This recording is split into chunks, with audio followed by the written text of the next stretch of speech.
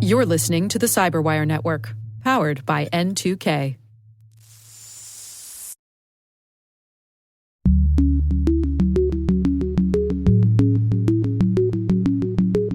Hello, everyone, and welcome to Caveat, N2K Cyberwire's privacy, surveillance, law, and policy podcast. I'm Dave Bittner, and joining me is my co-host Ben Yellen from the University of Maryland Center for Health and Homeland Security. Hey, Ben. Hello, Dave. On today's show, Ben discusses litigation related to a new online age verification law in Texas. I've got the story of Congress perhaps being on their way to passing a federal privacy bill. While this show covers legal topics and Ben is a lawyer, the views expressed do not constitute legal advice. For official legal advice on any of the topics we cover, please contact your attorney.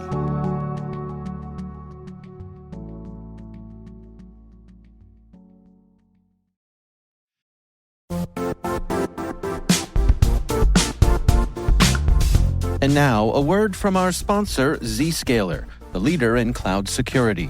Cyber attackers are using AI in creative ways to compromise users and breach organizations. In a security landscape where you must fight AI with AI, the best AI protection comes from having the best data. Zscaler has extended its zero-trust architecture with powerful AI engines that are trained and tuned by 500 trillion daily signals. Learn more about Zscaler Zero Trust Plus AI to prevent ransomware and AI attacks. Experience your world secured. Visit zscaler.com/zerotrustai.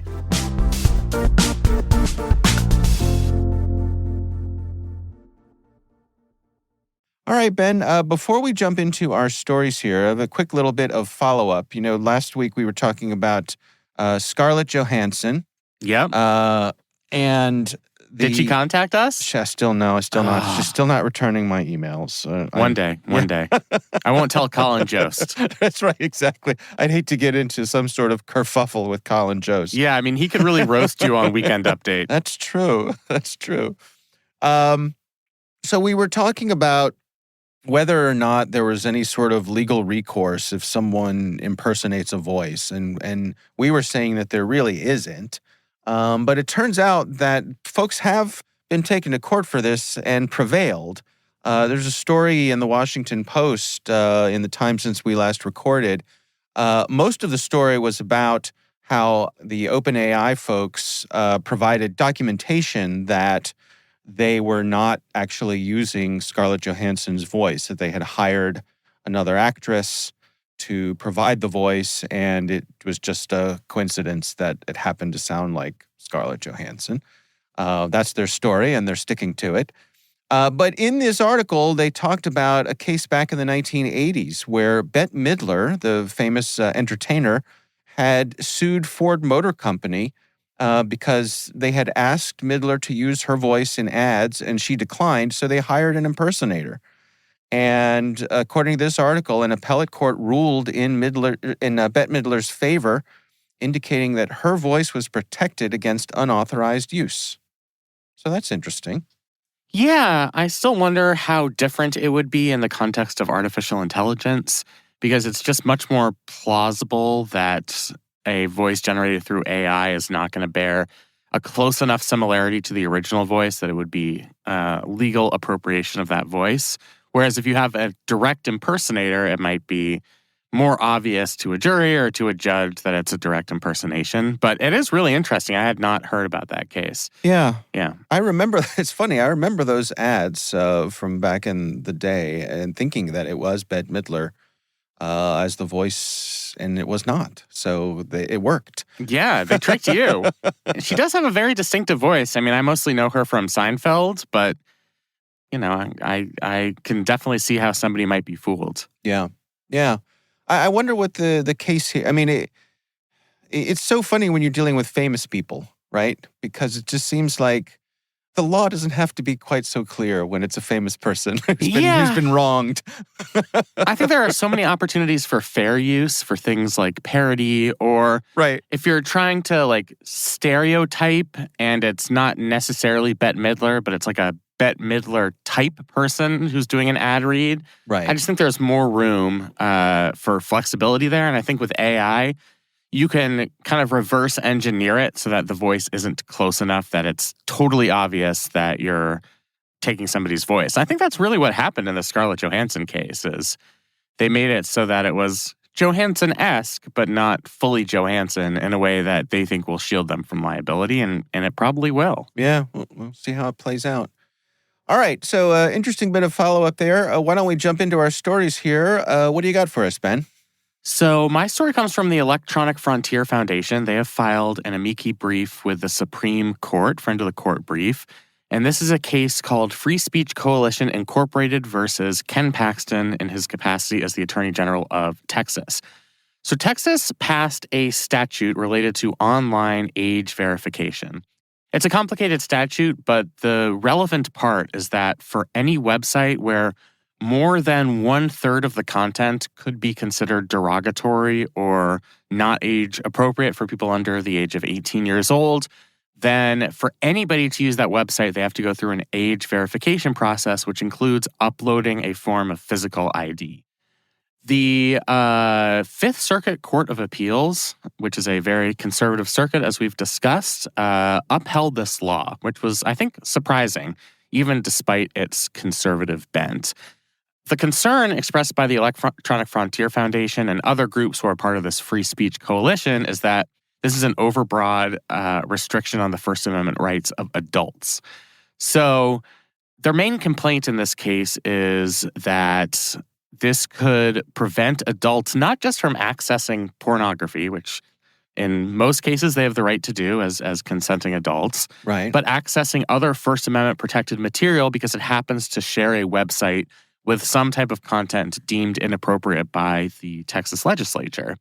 That 1/3 rule is just kind of bizarre. I mean, they laid out a couple of examples in their briefs. Like, let's say there was a high school sex ed curriculum as part of some type of website, even if that was just a small part of the website.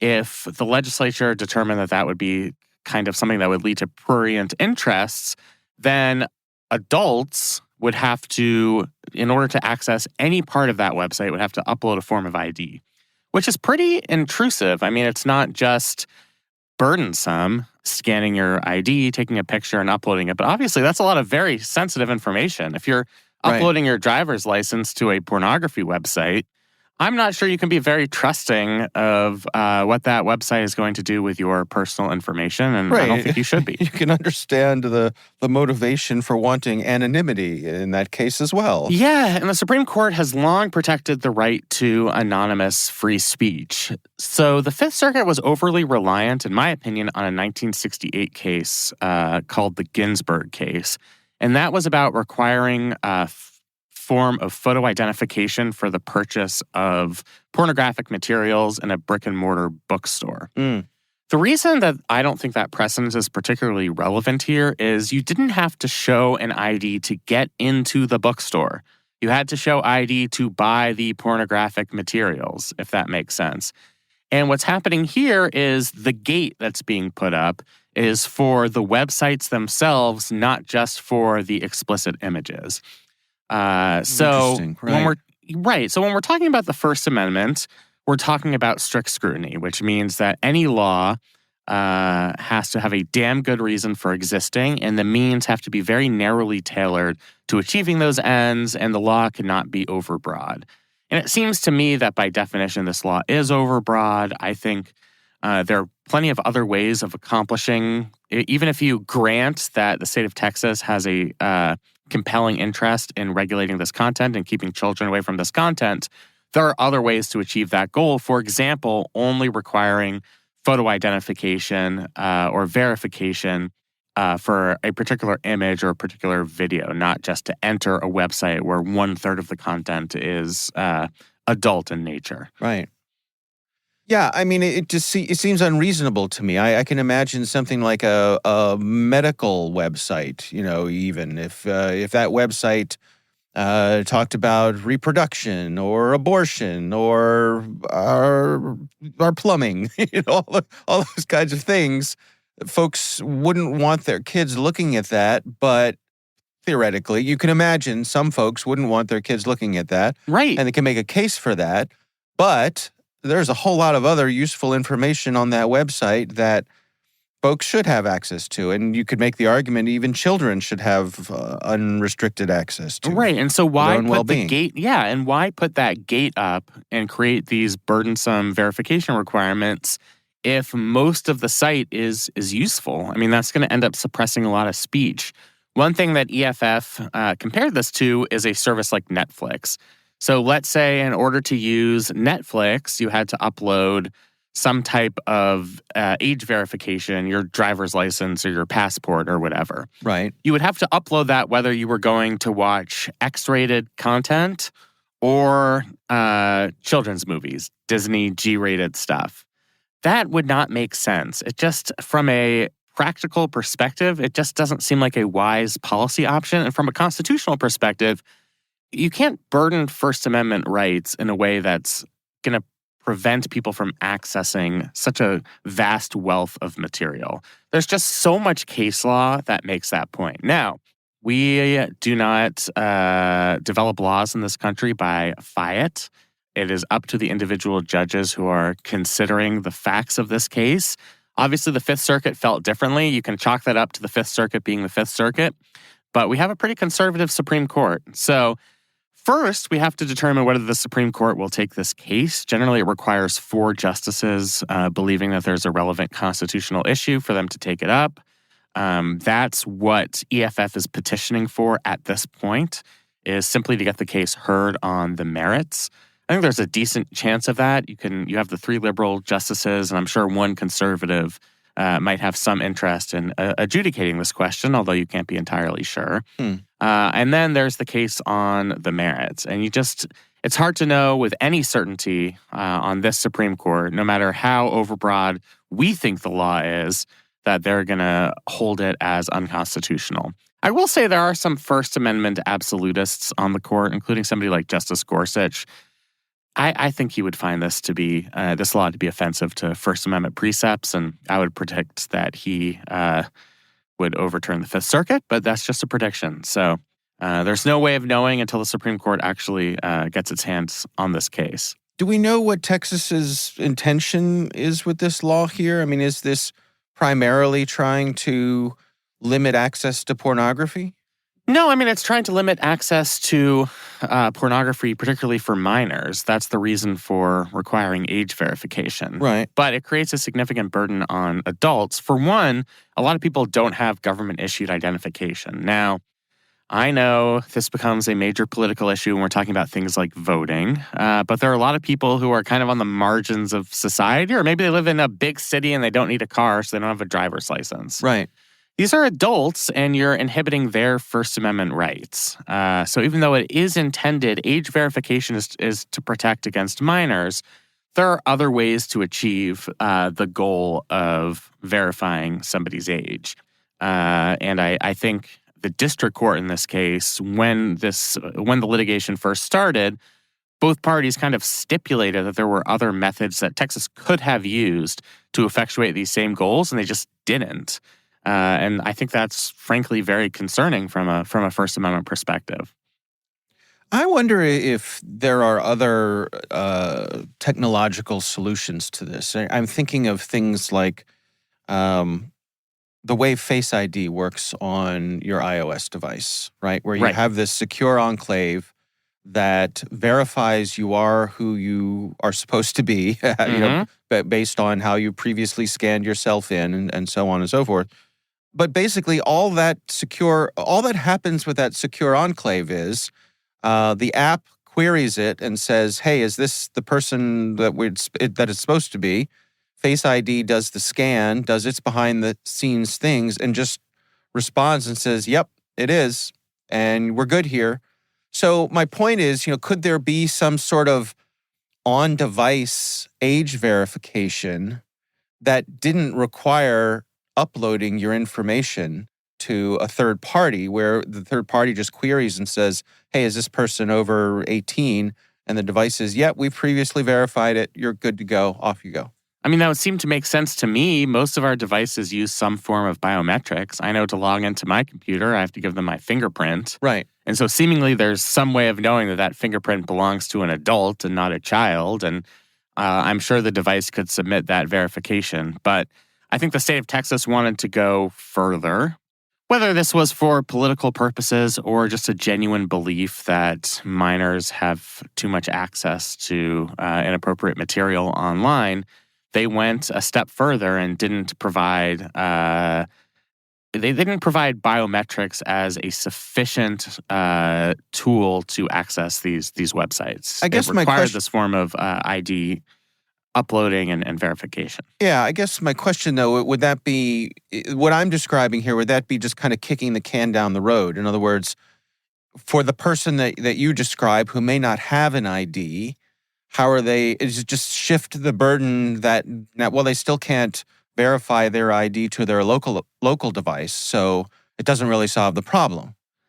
Yeah, although I think it solves the problem in a couple of respects. One, as you mentioned, Face ID is secure in a way that uploading your ID to a website that's 1/3 inappropriate material for children might not be secure. Right. I think iOS and other operating systems have done a pretty good job of protecting the security of our biometric information. An ID also contains a wealth of other additional information that you would not want websites to have access to. So I think there would be a significant difference in the privacy concerns of sharing that information. But yeah, I mean, I do think there would still be some, I don't necessarily want to refer to it as equity when we're talking about pornography, but yeah, it's not just pornography. I mean, it's an over-inclusive definition that could include a lot of First Amendment protected material, like stuff that has artistic value or political value. So yeah, I still think that could be an access problem. If it's device dependent, then we're restricting First Amendment protection to people who have those devices. And that also might be offensive to our First Amendment principles. There are limits to the right to access information, but those limits have to be narrowly tailored, given that the First Amendment creates this compelling interest. Yeah. So if it's not sufficiently tailored, then I think it's an overbroad regulation on First Amendment speech and unconstitutional. But we'll see if the Supreme Court agrees. The other thing that strikes me with this is that, it's my understanding that the folks who sell online pornography or provide it or, sell it, sample it, however you want to provide access to it, right? They don't want underage people looking at their stuff. It is not in their best interest to do so. And so they are very overt about tagging the contents of their websites with the agreed upon, industry standard tags that say, hey, this is adult stuff. Right. If you're not an adult, get the hell off of this website. Right. Yeah. And there are plenty of tools available to parents for filtering that sort of thing, either on the device. You can filter it with your DNS resolution services, where you can say, I want everything, every time we look up a domain in our household, check to see if it's pornography or not. And if it is, don't resolve it. And that's one way to just keep it out of the house altogether. Right, now, or something like safe search mode on Google. Right. Accomplishes the same thing. Yeah. Now, I'm not naive enough to think that, you cannot, the first thing your teenage kids are going to do is crowdsource a solution around this problem, right? Right. Like my wife and I joked that, we may be able to outsmart our kids, but we cannot outsmart our kids and all of their friends combined. Yeah, yeah. So, there's the collective brains of teenagers are probably going to beat the adults, Right. especially as it relates to technology, right? Right, yeah. Yeah. But you get my point here that could that be a solution as well, where you just have something, you rely on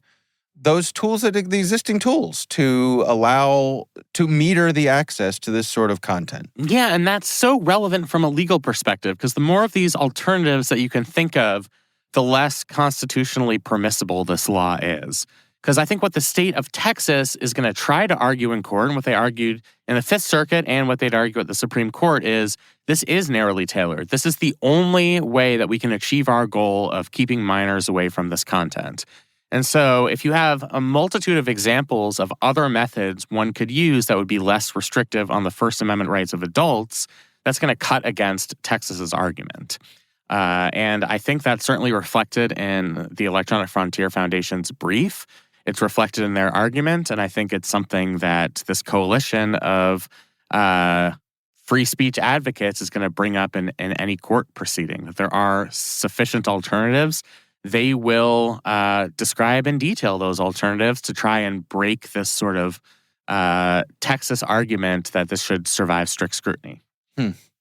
So what's up next for this is we wait and see if the Supreme Court will take the case at all? Yeah. So the Supreme Court has a calendar of when they're going to consider petitions. It's usually weekdays at 9:30. So if you're a real nerd about this stuff, some weekdays, usually it's like Mondays and Thursdays, they'll release the list of cases that they're accepting, which is called granting cert, granting certiorari. We'll see if they grant cert in this. For it to be heard during the next Supreme Court term, or to ensure that it's heard in the next Supreme Court term, we'd have to hear by the end of this current term, which would be the end of June, perhaps early July. They still could decide to take it up next year, but given that this is so ripe and we just got a relatively recent decision from the Fifth Circuit on this, I think it's more likely that if they're going to take up the case at all, they'll do so promptly. And then we'd have oral argument sometime next year and a decision next spring, 2025. What happens if the Supreme Court doesn't take it? Is that it, or is there any opportunity for appeal within Texas? That's it.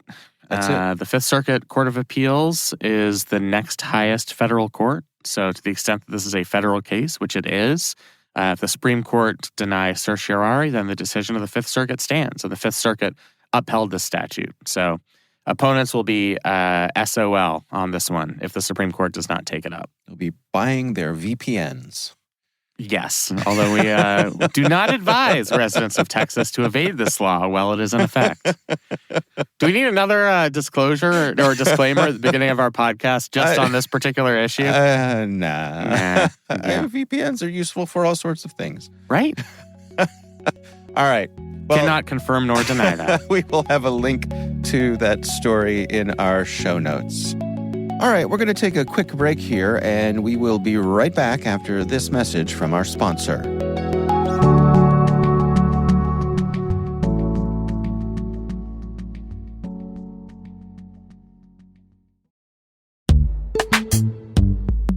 And now a word from our sponsor, Netskope.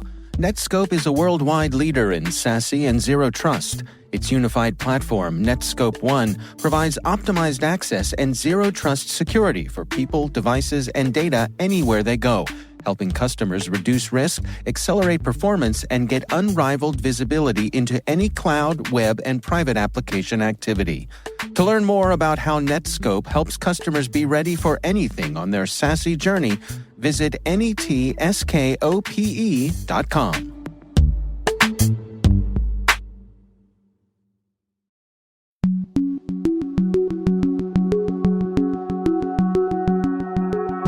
My story this week comes from the folks over at Cyberscoop, and this is about potentially a federal privacy bill that has passed an important House subcommittee, which means it could be on its way to further consideration in the House itself. So this is the House Energy and Commerce Subcommittee. They unanimously approved this proposal, which is called the American Privacy Rights Act, which aims to establish federal data privacy standards, which, of course, has been a longstanding gap in U.S. legislation when it comes to privacy. Nothing is for sure. This article points out that even members of the committee have raised concerns and that it will surely be changed as it makes its way through the meat grinder that is the House of Representatives and Congress itself. But there's some interesting things in here. I mean, there's requirements for reporting, opt-out mechanisms for data brokers, and the transferring of privacy data for researchers, things like that. What do you make of this, Ben? Is this a beacon of hope here that this has made so far, or not really? I'm skeptical. I am skeptical. Yeah. I'll also note something they included in this bill is what they call COPPA 2.0, which is the Children and Teens Online Privacy Protection Act. Right. And this would institute new restrictions on how companies collect data on minors and teenagers. that has its own controversial aspects. And so if you have lawmakers that oppose just that provision, you might not be able to log roll it into this greater data privacy bill. So there's hope. I mean, it passed the subcommittee on a bipartisan, unanimous basis. It's going to go to the full Energy and Commerce Committee, which is chaired by the representative, Kathy McMorris Rogers, who is the primary sponsor of this bill in the House. But we've kind of been down this road before where these bills do well in committee, but for one reason or another, it's the next step of getting the bill from the committee to the floor and ensuring a floor vote. That's where things kind of fall apart. And they fall apart on a number of different issues. A big one that I'm looking out for is this issue of preemption. So this bill has a provision in it that would preempt data privacy laws subject to certain exceptions from the 50 state legislatures. Maryland, our home state of Maryland, just joined the growing list of states who have passed online data privacy acts. And so I think representatives from those states would be concerned that the floor for data privacy is going to be lowered if this bill gets enacted, because this would supersede any state legislation that might be stronger or have more robust privacy protections. So that's what sunk a previous version of this effort at the end of 2022. Nancy Pelosi was still the Speaker of the House. She represents California. California had passed CCPA, and she didn't like this preemption aspect. And as Speaker of the House at the time, she could just kind of kill it, sit on it, and not bring it to the floor. I don't know, for example, what Speaker Mike Johnson thinks about all of this. I have no idea what his views are on federal data privacy legislation, but he wields a lot of power. If he decides he doesn't want to bring this to the floor, then there are steps that you could take to force a floor vote, but it certainly would not be easy. So I'm just very skeptical that this is the thing that's everything kind of has to go perfectly for this to be enacted into law. Not to mention the sort of nebulous United States Senate where you never know what's going to happen there. The rules are even more arcane and arbitrary. So it's a good first step. We'll leave it at that. It's a repeat good. It's like an echo, right? Because this isn't our first time trying to get something like this through, as you say. They keep chipping away at it. Yeah, I mean, it's kind of like, I was trying to think of a good metaphor for this. It's kind of like the Jenga tower where every piece has to be perfectly in balance for the tower to survive. And if you kind of poke at one of the pieces from any angle, the entire thing collapses. So everything has to go perfectly. You have to get 218 members to agree on everything.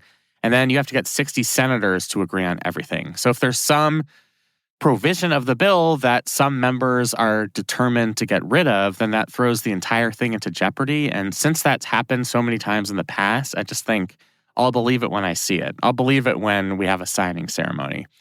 The only way I could see this getting enacted this year is if it's pushed on to some type of must-pass bill.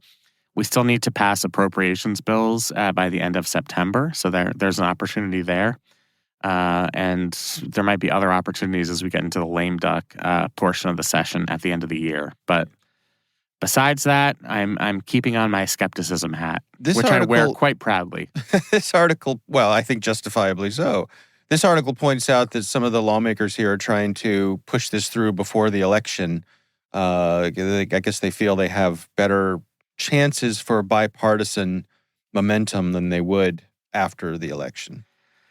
Yeah, I think there's sort of like a bit of an expectation on the Hill that Trump is going to win. I mean, he's ahead in the polls. I think he's more of a wild card when it comes to data privacy, whereas I think President Biden would probably sign a bill like this. So yeah, I mean, I think there's a reason why there's more of an effort to get it done by the end of this year, just for that purpose. But there's no reason that if this fails, it couldn't be resurrected in some form in a future session of Congress. You just keep trying until you get it right. Yeah. Until you find that perfect coalition. I do think the preemption issue is going to be very difficult because you have a lot of states now, a growing list of states that have very robust privacy bills, and representatives from those states are going to be wary about having the federal government come in and preempt those laws. So I think that's going to be just a major, major sticking point. But if you don't preempt the state laws, you take away one of the major motivations here, which is to not have the patchwork of laws from each state, right? Right. It's kind of this is kind of a game theory problem here where it might be better for the individual states to not have their laws preempted, but it would be better for everybody if we had universal standards. Yeah. So you just kind of have to figure out a way to craft a bill that doesn't set such a low floor that the states freak out because it's going to cut away at existing privacy protections. But it doesn't do too much that you lose the sort of broad coalition that agrees that we need some type of robust data privacy protection. So that's a really fine line. It's just a really difficult problem to solve, and that's why it hasn't been solved to this point yet. It reminds me of the days back when folks were arguing about Obamacare, right? Not that folks have ever stopped arguing about Obamacare, but in the days when it was a hot topic of debate among folks, you would see people saying, and I'm going to make up a number here, they would say something like, 70% of Americans are against Obamacare, or they'd say 70% of Americans don't approve of Obamacare, right? And you'd see that number and you go, oh my goodness, most people aren't for Obamacare. But then if you unpacked it, like half of those people thought it went too far and half of those people thought it didn't go far enough. Right? Yeah, it's the old Goldilocks problem. Right. Like, people will oppose this bill from so many different ideological angles that it's really hard to find that perfect sweet spot. Yeah. In my experience, it tends to come together when legislators get desperate, and that's usually for must-pass pieces of legislation, which is how we got the TikTok ban. It happened because there was this bill that funds Ukraine aid and funds aid to Israel and to Taiwan. Because they attached the TikTok provision to that bill, I think people were like, I can't let the perfect be the enemy of the good. I support foreign aid to these countries, so I'm just going to vote for the whole thing. And that kind of creates a sense of urgency. But until we get to that point, why wouldn't an individual representative say, hey, I'm not voting for this until it meets my particular interests or the interests of my district or my state? Right. They have the full incentive to do that because I think they have every proper expectation that they can hold out for something better. Even if I don't necessarily think that's true, I can understand why they would think it's true. Yeah. What a peculiar way to do the work of the people, right? It sure is. I will say this, and I'm not trying to toot my own horn or to diss other news sources, but I don't think there's enough implicit skepticism in especially non-political news sources about how hard it is to get something through Congress. I think articles like this and many others are like, hey, this passed a subcommittee. We're on the glide path now. Right. I think every article should come with much more skepticism. Like, okay, this is one preliminary step. We have a lot of pitfalls. Like, let's hold our horses here. I feel like that's not as well reflected, especially in non-political sources, technology news sources, than it should be. And maybe we can start to change that here on this podcast. That's right. More skepticism, everybody. The incredible influence that you and I wield when it comes to policy decisions and journalism writ large. You need the Ben and Dave stamp of approval to get anything passed these days. Sure. Absolutely. Mm-hmm. All right. Well, we will have a link to that story in the show notes. And of course, we would love to hear from you. If there's something you'd like us to consider for the show, you can email us. It's caveat@n2k.com.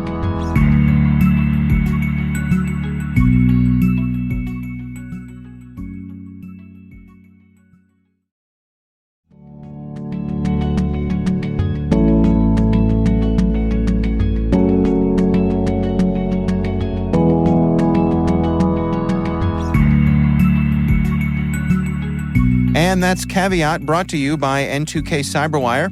We'd love to know what you think of this podcast. Your feedback ensures we deliver the insights that keep you a step ahead in the rapidly changing world of cybersecurity. If you like our show, please share a rating and review in your podcast app. Please also fill out the survey in the show notes or send an email to caveat@n2k.com. We're privileged that N2K Cyberwire is part of the daily routine of the most influential leaders and operators in the public and private sector, from the Fortune 500 to many of the world's preeminent intelligence and law enforcement agencies. N2K makes it easy for companies to optimize your biggest investment, your people. We make you smarter about your teams while making your teams smarter. Learn how at n2k.com. This episode is produced by Liz Stokes. Our executive producer is Jennifer Iben. The show is mixed by Trey Hester. Our executive editor is Brandon Karp. Peter Kilpie is our publisher. I'm Dave Bittner. And I'm Ben Yellen. Thanks for listening.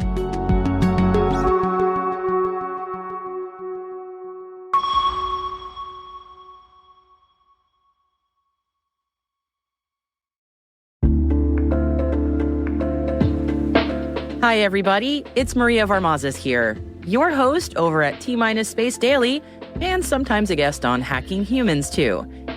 We here at N2K Cyberwire work hard to bring you concise, intelligence-driven news and commentary, and we'd like to know how we're doing. Please take a few minutes to complete our audience survey and share your feedback to help us continue to grow and meet your needs. Visit cyberwire.com/survey. That's cyberwire.com/survey to get started. Thanks so much for your input as we reach for the stars. It means the universe to us.